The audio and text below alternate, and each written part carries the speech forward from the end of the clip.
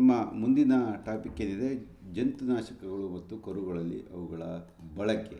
ಇದು ಬಹಳ ಸಾಮಾನ್ಯವಾದ ಒಂದು ಟಾಪಿಕ್ ಆಗಿರುತ್ತದೆ. ಇಂದಿನ ಮಗುವೇ ನಾಳಿನ ನಾಗರಿಕ ಎನ್ನುವುದು ಒಂದು ಗಾದೆ. ಇದನ್ನು ಜಾನುವಾರುಗಳಿಗೆ ಅನ್ವಯಿಸಿದರೆ ಇಂದಿನ ಕರುವೇ ನಾಳಿನ ಹಸು ಅಥವಾ ಎತ್ತು ಎನ್ನಬಹುದು. ಉತ್ತಮ ಆರೋಗ್ಯಪೂರ್ಣ ಕರುಗಳನ್ನು ಪಡೆಯಲು ಅವುಗಳಿಗೆ ಹಾಲು ಹಾಗೂ ಉತ್ತಮ ಗುಣಮಟ್ಟದ ಕರುಗಳ ಆಹಾರವನ್ನೇ ನೀಡಬೇಕಾಗುತ್ತೆ. ಇದರ ಜೊತೆಗೆ ನಿಯಮಿತವಾಗಿ ಸೂಕ್ತವಾದ ಜಂತುನಾಶಕಗಳನ್ನು ಹಾಕುವುದು ಸಹಿತ ಅಷ್ಟೇ ಅವಶ್ಯಕವಾಗಿದೆ. ಕರುಗಳನ್ನು ಬಾಧಿಸುವ ಜಂತುಗಳಲ್ಲಿ ಅತ್ಯಂತ ಮುಖ್ಯವೆಂದರೆ ಅಸ್ಕ್ಯಾರಿಯಾಸಿಸ್. ಇದು ಮೊದಲ 1 ರಿಂದ 3 ತಿಂಗಳುಗಳ ಕಾಲ ಎಮ್ಮೆ ಕರುಗಳ ಸಾವಿಗೆ ಅತ್ಯಂತ ಪ್ರಬಲವಾದ ಒಂದು ಕಾರಣವಾಗಿರುತ್ತದೆ. ಈ ಕಾಯಿಲೆಗೆ ಅಸ್ಕ್ಯಾರಿಯಾಸಿಸ್ ಅಂತ ಕರೀತಾರೆ. ಹಲವಾರು ವಿಧದ ಜಂತುಗಳು ಕರುಗಳನ್ನು ಕಾಡಿದರೂ ಸಹಿತ ಈ ಅಸ್ಕ್ಯಾರಿಸ್ ಲುಂಬ್ರಿಕಾಯ್ಡಸ್ ಎಂಬ ಹುಳ ಅಸ್ಕ್ಯಾರಿಸ್ ಲುಂಬ್ರಿಕಾಯ್ಡಸ್ ಎಂಬ ಹುಳ ಏನಿದೆ, ಇದು ಜಾಸ್ತಿ ಬಾಧಿಸುವ ಒಂದು ಹುಳ. ಇದಲ್ಲದೆ ಟಾಕ್ಸೋಕ್ಯಾರ ವಿಟಲೋರಮ್ ಎಂಬ ಹುಳ, ಅದು ಸಹಿತ ಪಶುಗಳನ್ನು ಬಾಧಿಸುತ್ತದೆ ಮತ್ತು ಕರುಗಳನ್ನು ಬಾಧಿಸುತ್ತವೆ. ಕರುಗಳಿಗೆ ಇವು ಹೇಗೆ ಬರ್ತವೆ ಅಂತಂದರೆ, ತಾಯಿಯ ಹೊಕ್ಕಳು ಬಳ್ಳಿಯ ಮೂಲಕವೇ ಈ ಅಸ್ಕ್ಯಾರಿಯಾಸಿಸ್ ಜಂತುಹುಳದ ಲಾರ್ವಾಗಳು ಕರುವಿನ ಪಿತ್ತಜನಕಾಂಗದಿಂದ ಶ್ವಾಸಕೋಶಕ್ಕೆ ಸಾಗಿ ಕರು ಕೆಮ್ಮುವಾಗ ಹುಟ್ಟಿದ ನಂತರ ಅದು ಕೆಮ್ಮಲಿಕ್ಕೆ ಪ್ರಾರಂಭವಾಗುತ್ತೆ. ಅನ್ನನಾಳದ ಮೂಲಕ ಹೊಟ್ಟೆಯನ್ನು ಸೇರಿ ಕರುಳಿನಲ್ಲಿ ಇವು ಬೆಳೆಯುತ್ತವೆ. ಇದಲ್ಲದೆ ಮತ್ತೊಂದು ಕರುವಿನ ಸಗಣಿಯಲ್ಲಿರುವಂತಹ ಜಂತುನಾಶಕ ಅಥವಾ ಜಂತುಹುಳದ ತತ್ತಿಯೂ ಸಹ ಈ ಕರುಳನ್ನು ದೇಹವನ್ನು ಸೇರಬಹುದು. ತತ್ತಿಯು ನಂತರ ದೊಡ್ಡ ಹುಳವಾಗಿ ಪರಿವರ್ತನೆಗೊಳ್ಳುತ್ತದೆ. ಒಂದು ದೊಡ್ಡ ಹುಳ ಒಂದು ಅಂಗಲದಿಂದ ಹಿಡಿದು ಕೆಲವು ಸೆಂಟಿಮೀಟರ್ಗಳಷ್ಟು ಉದ್ದ ಇರುತ್ತದೆ. ಪ್ರತಿ ಹುಳವು ಸಾವಿರಾರು ತತ್ತಿಗಳನ್ನು ಇಡುವುದರಿಂದ ಅವುಗಳ ಸಂಖ್ಯೆ ದಿನದಿಂದ ದಿನ ಜಾಸ್ತಿ ಆಗ್ತದೆ ಹೋಗುತ್ತೆ, ಬಿಟ್ಟರೆ ಕಡಿಮೆ ಆಗಲ್ಲ. ಕೆಲವೊಮ್ಮೆ ಜಂತುನಾಶಕಗಳ ಬಾಧೆ ತುಂಬ ಜಾಸ್ತಿ ಆದಾಗ ಕರುಳನ್ನು ತುಂಬ ಈ ಜಂತು ಹುಳುಗಳೇ ಸೇರಿಕೊಂಡು ಕರುಳಿನಲ್ಲಿರುವ ಪೌಷ್ಟಿಕಾಂಶಗಳನ್ನು ಹೀರಿಕೊಂಡು ಬೆಳೆಯುತ್ತದೆ. ಅಲ್ಲದೆ ಕೆಲವೊಮ್ಮೆ ಇವುಗಳ ಒತ್ತಡ ತುಂಬ ಜಾಸ್ತಿ ಆದಾಗ ಕರುಳನ್ನೇ ಒಡೆದುಕೊಂಡು ಅಥವಾ ತೂತು ಮಾಡಿಕೊಂಡು ಹೊರಬಹುದು.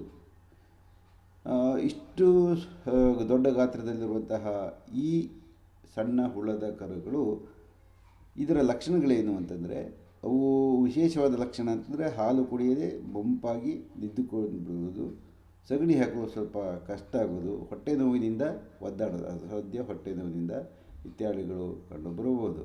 ಕೆಲವೊಮ್ಮೆ ಕರುಗಳಲ್ಲಿ ಅಪಸ್ಮಾರ ಕಾಯಿಲೆ ಅಥವಾ ಒದ್ದಾಡೋದು, ಗಿರಿಕಿ ಹೊಡೆಯೋದು ಮತ್ತು ಮಲಗಿ ಏಳುವುದು ಇತ್ಯಾದಿಗಳು ಲಕ್ಷಣಗಳು ಕಂಡುಬರುವುದು. ಅಂದರೆ ಮಲಗಿ ಏಳೋದು ಯಾಕೆಂತಂದರೆ ಹೊಟ್ಟೆಯಲ್ಲಿ ನೋವಿರುತ್ತೆ. ಕೆಲವೊಮ್ಮೆ ತೀಕ್ಷ್ಣವಾದ ರಕ್ತ ಮಿಶ್ರಿತ ಬೇದಿ ಸಹ ಇರಬಹುದು. ಕರುವಿಗೆ ಪೌಷ್ಟಿಕಾಂಶದ ಕೊರತೆಯಾಗಿ ಅವು ದುರ್ಬಲಗೊಂಡಿದ್ದರೆ ನಿತ್ರಾಣವಾಗುತ್ತವೆ. ರಕ್ತಹೀನತೆಯು ಸಹ ಒಂದು ಸಾಮಾನ್ಯ ಲಕ್ಷಣ ಈ ಎಲ್ಲ ಕಾಯಿಲೆಗಳೇ. ಇದರ ಜೊತೆಗೆ ಈ ಕೊಲ ಎಂಬ ಮತ್ತೊಂದು ಬ್ಯಾಕ್ಟೀರಿಯಾ ಇದರ ಜೊತೆಗೂಡಿ ಬಾಧೆ ಉಲ್ಬಣಗೊಳ್ಳುತ್ತದೆ. ಯಾಕಂದರೆ ಒಂದು ವೇಳೆ ಮುಂದೆ ಪ್ರತಿ ಪ್ರಾಣಿಯು ಸ್ವಲ್ಪ ವೀಕ್ ಆಯಿತು ಅಂತಂದರೆ ಈ ಸೆಕೆಂಡ್ರಿ ಆಗಿ ಉಳಿದ ಎಲ್ಲ ಜಂತು ಹುಳುಗಳು ಸಹಿತ ಅವು ಜಾಸ್ತಿ ಪ್ರಮಾಣದಲ್ಲಿ ತಮ್ಮ ಕಡೆ ಆಕರ್ಷಣವನ್ನು ಎಳೆದು ಬಿಡುತ್ತವೆ. ಚಿಕಿತ್ಸೆ ಸಾಮಾನ್ಯವಾಗಿ ಜಂತುಹುಳ ಬಾಧೆ ಆದಾಗ ಜಂತುನಾಶಕಗಳನ್ನು ಬಳಸಲೇಬೇಕು. ಇತ್ತೀಚಿನ ದಿನಗಳಲ್ಲಿ ಉತ್ತಮವಾದ ಜಂತುನಾಶಕಗಳು ಲಭ್ಯವಿದೆ ಮಾರ್ಕೆಟ್ನಲ್ಲಿ. ತಜ್ಞರುಗಳನ್ನು ಸಂಪರ್ಕಿಸಿ ರೈತರು ಅವರ ಕರುಗಳಿಗೆ ಅವಶ್ಯವಾದ ಜಂತುನಾಶಕಗಳನ್ನು ಕೊಡಿಸಬೇಕು. ಮೊದಲಿನ ದಿನಗಳಲ್ಲಿ ಪೈಪರಾಜಿನ್ ಗುಂಪಿಗೆ ಸೇರಿದಂತಹ ಹಲವು ಔಷಧಿಗಳನ್ನು ಕೊಡ್ತಿದ್ದರು. ಅವುಗಳಲ್ಲಿ ಪೈಪರಾಜಿನ್ ಹೈಡ್ರೇಟ್, ಪೈಪರಾಜಿನ್ ಸಿಟ್ರೇಟ್ ಮತ್ತು ಪೈಪರಾಜಿನ್ ಎಡಿಪೇಟ್. ಈಗ ಇವುಗಳನ್ನು ಕೊಡಲ್ಲ. ಇವು ಜಂತು ಹುಳುಗಳ ಚಲನೆಯನ್ನು ನಿಷ್ಕ್ರಿಯಗೊಳಿಸ್ತಿದ್ದವು. ಈ ಔಷಧಿಗಳು ಪುಡಿ, ಮಾತ್ರೆ ಇತ್ಯಾದಿ ಭಾಗದಲ್ಲಿಯೂ ಸಹಿತ ರೂಪದಲ್ಲಿಯೂ ಸಹಿತ ಲಭ್ಯವಾಗಿದ್ದಾವೆ. ಎಲ್ಲ ಔಷಧಿಗಳು ಬೆಳೆದ ಜಂತು ಹುಳುಗಳ ಮೇಲೆ ಪರಿಣಾಮ ಬೀಳುತ್ತವೆ. ಆದರೆ ಇವು ಜಂತು ಹುಳುಗಳನ್ನು ಸಾಯಿಸುವುದಿಲ್ಲ, ಬದಲಾಗಿ ಈ ಔಷಧಿಗಳು ಜಂತು ಹುಳುಗಳ ಚಲನೆಯನ್ನು ಕಡಿಮೆ ಮಾಡಿದ್ದಾವೆ. ಈ ಔಷಧಿಗಳನ್ನು ಭೇದಿಕಾರಕಗಳಾದಂತಹ ಮೆಗ್ನೀಷಿಯಂ ಸಲ್ಫೇಟ್ ಇರ್ಬೋದು ಅಥವಾ ಹರಳೆಣ್ಣೆ ಇರ್ಬೋದು, ಇದರ ಜೊತೆಗೆ ಕೊಡ್ಬೋದು. ಹರಳೆಣ್ಣೆ ಆದರೆ ಒಂದು 25ರಿಂದ 30 ಗ್ರಾಮ್ ಅಥವಾ ಒಂದು ಚಿಕ್ಕ ಬಾಟ್ಲಿಯ ತುಂಬ, ಅಥವಾ ನಿಮ್ಮ ಮನೆಯಲ್ಲಿ ಇದನ್ನು ಅಳತೆ ಮಾಡಲಿಕ್ಕೆ ತೊಂದರೆ ಇದೆ ಅಂತಂದರೆ ಏನು ಮಾಡ್ಬೋದು,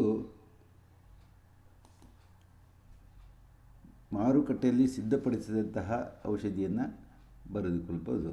ಇತರ ಜಂತುನಾಶಕಗಳಾದಂತಹ ಅಲ್ಬೆಂಡಜೋಲ್, ಫೆನ್ಬೆಂಡಜೋಲ್ ಇವು ಸಹಿತ ಲಭ್ಯವಿದ್ದಾವೆ. ಅಲ್ಬೆಂಡಜೋಲ್ ಇದನ್ನು ಗರ್ಭ ಧರಿಸಿದ ಜಾನುವಾರುಗಳಿಗೆ ಹಾಕಬಾರದು, ಯಾಕಂದರೆ ಫೀಟಲ್ ಅಬ್ನಾರ್ಮಲಿಟೀಸ್ ಆಗ್ಬೋದು ಅಂತ. ಫೆನ್ಬೆಂಡಜೋಲ್ ಸುರಕ್ಷಿತವಾಗಿದೆ. ಬಹುತೇಕ ಎಲ್ಲ ಪ್ರಾಣಿಗಳಲ್ಲೂ, ಎಲ್ಲ ವರ್ಗದ, ಎಲ್ಲ ಲಿಂಗದ ಪ್ರಾಣಿಗಳಲ್ಲೂ ಸಹಿತ ಈ ಫೆನ್ಬೆಂಡಜೋಲ್ ಎಂಬುದು ಅತ್ಯಂತ ಸುರಕ್ಷಿತವಾಗಿದೆ. ಆದರೆ ಇತ್ತೀಚೆಗೆ ಅದನ್ನು ತುಂಬ ಜಾಸ್ತಿ ಉಪಯೋಗಿಸ್ತಿದ್ದರಿಂದ ರೆಸಿಸ್ಟೆಂಟ್ ಬಂದಿದೆಯೋ ಅಥವಾ ಈ ಔಷಧಿಗೆ ಪರಿಣಾಮ ಕಡಿಮೆ ಆಗಿದೆಯೋ ಅನ್ನೋದನ್ನು ಅಧ್ಯಯನ ಹಂತದಲ್ಲಿ ಅದು ಇದೆ.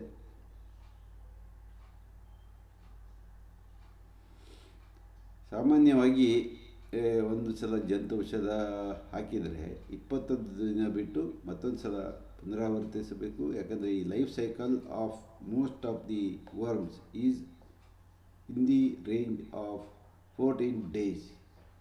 Hence, this is the information for your thing. And ಪ್ರತಿ ತಿಂಗಳಿಗೊಮ್ಮೆ ಮೊದಲ ಒಂದಷ್ಟು ತಿಂಗಳುಗಳಲ್ಲಿ ಜಂತುನಾಶಕವನ್ನು ಹಾಕಬೇಕು.